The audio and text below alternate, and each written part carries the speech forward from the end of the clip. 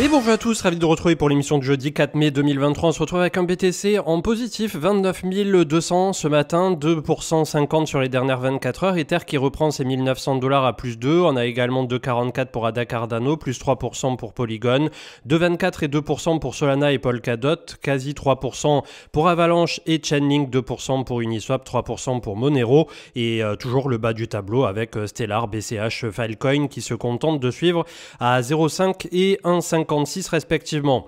Au niveau du 4 heures, donc on est de nouveau au contact de la borne supérieure 29 000 qui pourrait nous conduire à nouveau en direction des 30 voire des 31. Donc on a eu plutôt une bonne réaction hier quant à l'annonce de la Fed par rapport au taux qui a été augmenté de ce à quoi s'attendait le marché, c'est-à-dire 0,25 25 points de base. On va voir ce que ça donnera autour de l'automne, je pense désormais aussi, puisque malgré tout on est dans des niveaux, on va le voir dans un instant au niveau de Twitter, sur lesquels nous étions en 2006, à l'aube de cette méga giga crise qu'il y avait eu par rapport au subprime. Alors oui, certes, les marchés ont changé, tout est différent maintenant, mais à quel point, comme on le dit souvent en plaisantant, cette fois est différente, je ne sais pas. C'est là où on va avoir l'effet qui se coule et la grande surprise autour de la rentrée 2023 de si oui, la récession est bel et bien actée et si on se dirige droit devant vers un iceberg un peu comme le Titanic, ou bien par des effets de formulation et quelques magie que ce soit, peut-être qu'on évitera du côté des US la récession. Je reste un peu voilà, dubitatif face à tout ça. Le Crypto Fear and Greed 64 dans la très légère euphorie, mais voilà, on y est toujours malgré tout. Les ordres de marché ce matin, 7h45 que j'enregistre l'émission, en strong buy, donc gros achat, et ça se passerait plutôt du côté de Coinbase. C'est vrai que ces derniers temps, ces dernières semaines, on avait un premium en général par rapport à Binance du côté de TradingView, où on a tendance à voir un BTC s'échanger souvent 100 $ de plus du côté de Coinbase par rapport à Binance. Alors souvent ça se rééquilibre dans la foulée, mais ça a tendance à se répéter assez souvent, donc peut-être qu'on a une demande de plus en plus forte du côté de chez Coinbase tout simplement.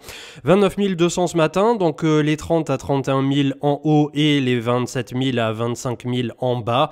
Pour l'instant on a toute cette énorme poche de liquidité au-dessus de la tête. On a vu hier au moment justement des annonces de la Fed qu'il y a eu beaucoup de volatilité sur le Bitcoin et pas mal d'ordres qui étaient positionnés pour empêcher le prix de monter un peu trop haut. Donc c'est ce qu'on appelle souvent du spoofing au niveau des ordres et des carnets d'ordres pour permettre de diriger dans un sens ou dans l'autre un peu les marchés. En tout cas au niveau des news, coin.fr avec Protocol Curve Finance qui a commencé à émettre le token CRVUSD. Donc ça y est, leur stablecoin est là. C'est sur Mainnet Ethereum et ça sera bientôt accessible au grand public. Comme je vous le disais à l'instant, on est de retour en 2006 avec Zero Hedge et les taux qui sont à un stade nominal de 5,25% et la Fed, selon Jérôme Powell, pourrait continuer d'augmenter comme ça les taux jusqu'à la rentrée à minima. Donc avoir le double effet qui se coule comme je vous disais, puisque derrière il suffirait qu'en plus on ait l'inflation qui reparte du côté des États-Unis, voire le chômage qui devrait paraître demain si je dis pas de bêtises. C'est les chiffres du NFP demain, donc on va voir ce que ça donnera. C'est vrai qu'on risque de marcher sur un fil tendu pour ce second semestre 2023 et ça sera pas à prendre à la légère si d'un seul coup on venait à avoir un retracement un peu plus important. Il y a déjà, selon Julien Bouteloup, 20 millions de CRVUSD qui ont déjà été mintés, donc un stablecoin de plus, et on va voir quand le Go GHO de AAV devrait débarquer aussi un de ces quatre. J'ai pas de date à vous donner ou quoi que ce soit. On a le Gold qui est en train, selon Checkmate, de titiller ses XATH. On était quasi à 2060 $ l'once hier suite à ces informations donc, qui sont parues par rapport à la Fed, tandis que Charlie Bilelio nous parlait de PacWest qui s'est pris un moins 50% sur les clôtures after hours aux États-Unis. Donc une banque de plus de petite et moyenne taille, PacWest Bancorp, qui est en train de tout simplement chercher du pétrole. On ne sait pas s'ils vont faire faillite, mais on continue d'avoir des dominos comme ça qui chutent. Alors apparemment toujours dans un élan de vouloir rassurer la Fed et le gouvernement des États-Unis ont assuré que tout serait assuré, que tout irait bien dans le meilleur des mondes et que tout va bien. Voilà, comme d'habitude, je suis assez dubitatif et justement, je me méfie qu'on ne se prenne pas ce gros retour de boomerang comme on l'avait eu en 2007-2008 et on avait vu à quel point ça avait pu être dramatique. Alors, comme je le disais tout à l'heure, on n'est plus du tout, en tout cas sur le papier, dans les mêmes clous, mais ça laisse quand même se poser quelques questions. On a Crypto Yoda qui nous parlait donc des zones de support, mais en termes de capitalisation pour le Bitcoin uniquement.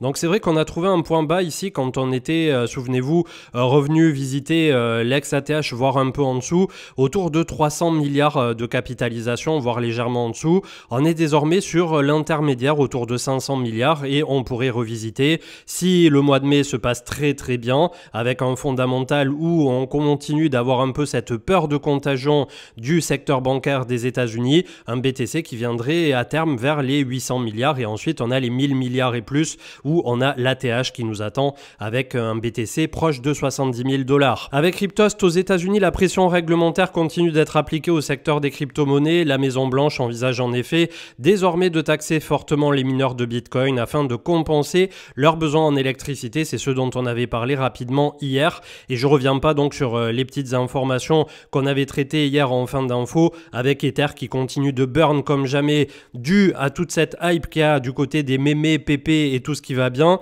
Donc là aussi faites très attention à vous parce qu'il y a un épiphénomène qui est en train de se réaliser, mais voilà, pour ceux qui n'y entendent rien, comme d'habitude vous allez être les dindons de la farce. Donc on est dans une très belle période de réaccumulation pour tout. Ça serait dommage en étant arrivé si loin dans votre route et dans votre aventure crypto de perdre votre capital maintenant. C'est plutôt ça le fond de la chose. Et Charles Edwards qui nous disait donc qu'on atteint des ATH de transactions sur le réseau du BTC. Donc ça se passe plutôt pas mal et on a aussi le hash rate qui se porte très très bien.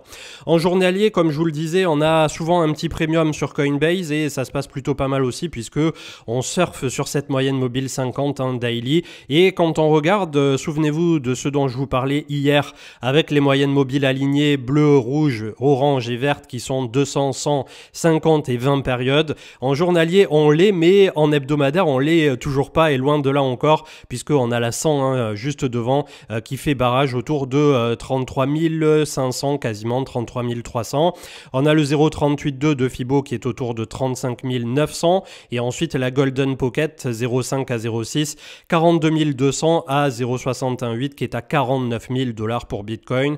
Ça c'est bon, les zones on va dire théoriques les plus optimistes possibles et inimaginables pour le second semestre 2023. J'y crois toujours pas personnellement. Je suis peut-être encore un peu dans mon déni de bear market, mais voilà, pour le moment on en est là. On a malgré tout une contraction depuis quasiment 2 mois, un bon mois et demi bien tassé désormais au niveau de cette zone de pivot des 28 000. On va voir quelle va en être la résolution puisque juste sous les pieds désormais on a la moyenne mobile de 100 autour de 26 000 $ et au-dessus la moyenne mobile de 100 périodes avec tout ce cluster qui va, comme je viens de vous le dire, de 33 à 36 000 $ approximativement. Le SP500 qui hier a clôturé dans le rouge léger et qui bute aussi sur la moyenne mobile 100 qui est pile poil alignée à 4200 points. Ça ne passe pas pour l'instant pour le SP500, on continue la contraction. Il faudra se méfier de la perte de momentum, de la perte de MACD, de la perte d'un RSI médian. Si ça venait à arriver, on aurait une accélération baissière qui pourrait nous conduire dans un premier temps autour de 3775 points et on a la petite trend ici qu'on avait déjà réintégrée pour ressortir juste derrière qui se trouverait autour de 3815 points. Donc vraiment autour des 3800 à plus ou moins 20 points pour le SP500. Ça sera en termes de support un peu le moment ou jamais de se rattraper. Sinon derrière ça voudra dire que oui, les marchés se sont trompés, qu'on rentre en récession profonde pour les États-Unis et que ça risque d'être un peu moins marrant pour les trimestres à venir. Le gold 2042 $ l'once ce matin, donc il est bel et bien venu toucher quasiment son ATH ici proche des 2070 $ l'once. On est toujours frisé autour des 70 de RSI en bas en hebdo. On va voir ce qu'il va en devenir puisque les aficionados des métaux précieux appellent tous à un bull run multigénérationnel pour les métaux. Peut-être que l'actualité va leur donner raison, mais en tout cas pour l'instant on en est là. 1900 $ pour Ether qui, s'il s'affranchit des 2000 à 2100, pourrait venir très vite coller à 2400. J'en attends beaucoup d'Ether qui s'est laissé complètement porter alors que le fondamental est extraordinaire, que toutes les mises à jour se sont passées d'un point de vue, on va dire purement technique, de la meilleure des façons qu'il soit. Et pour l'instant, malheureusement, Ether est toujours considéré comme un altcoin et traité comme ça et avec un BTC qui continue de draguer tous les regards, toutes les attentions et toutes les liquidités. Le dollar qui hier a réagi négativement à toutes ces annonces, donc on est revenu à nouveau au contact des 101 points. On a la moyenne mobile 100 sous les pieds, on a la moyenne mobile 200 autour de 98 tout rond et ensuite ensuite le bas de cet énorme canal ascendant autour de 94 pour le dollar américain, tandis que la dominance du Bitcoin est à 48,50, toujours en contraction, juste sous une zone de résistance énorme. Donc là, c'est pareil, c'est deux scénarios, deux salles, deux ambiances. Si on passe et que Bitcoin va à 40 000 $, je ne sais pas, je dis au pif, autour de cet été, automne ou que sais-je, peut-être même avant, peut-être après, on aura probablement une dominance qui reviendra chercher du 53, 55, etc. Et ça pourrait alimenter un phénomène autoréalisateur de se dire, ça continue de vampiriser les alts, on sort tous des alts, on continue d'aller sur Bitcoin et ça alimenterait un FOMO sur la première crypto-monnaie du marché avec le BTC qui reprendrait toutes ces grandes lettres de noblesse comme à l'accoutumée et ensuite on aurait un retracement probable pour une alt season.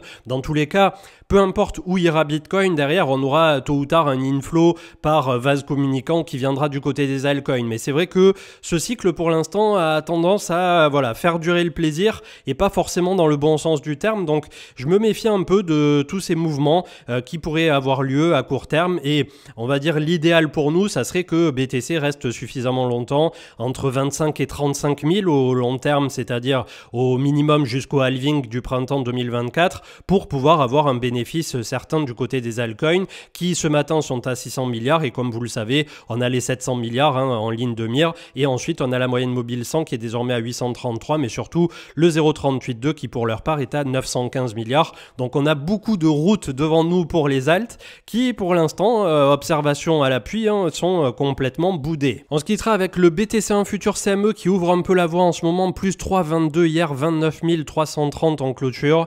Donc eux aussi sont un peu chauds en ce moment du côté des professionnels et on se demande si avec Coinbase qui prévoirait éventuellement de déménager des États-Unis, qui se met d'un seul coup à sortir son Coinbase International Exchange et qui fait un pied de nez en disant on va proposer tout ce que vous ne vouliez pas que nous proposions aux États-Unis, on va le proposer ailleurs et en plus maintenant c'est nous qui reprenons le contrôle et on vous attaque la SEC aux États-Unis, donc c'est complètement barge ce qui est en train de se passer.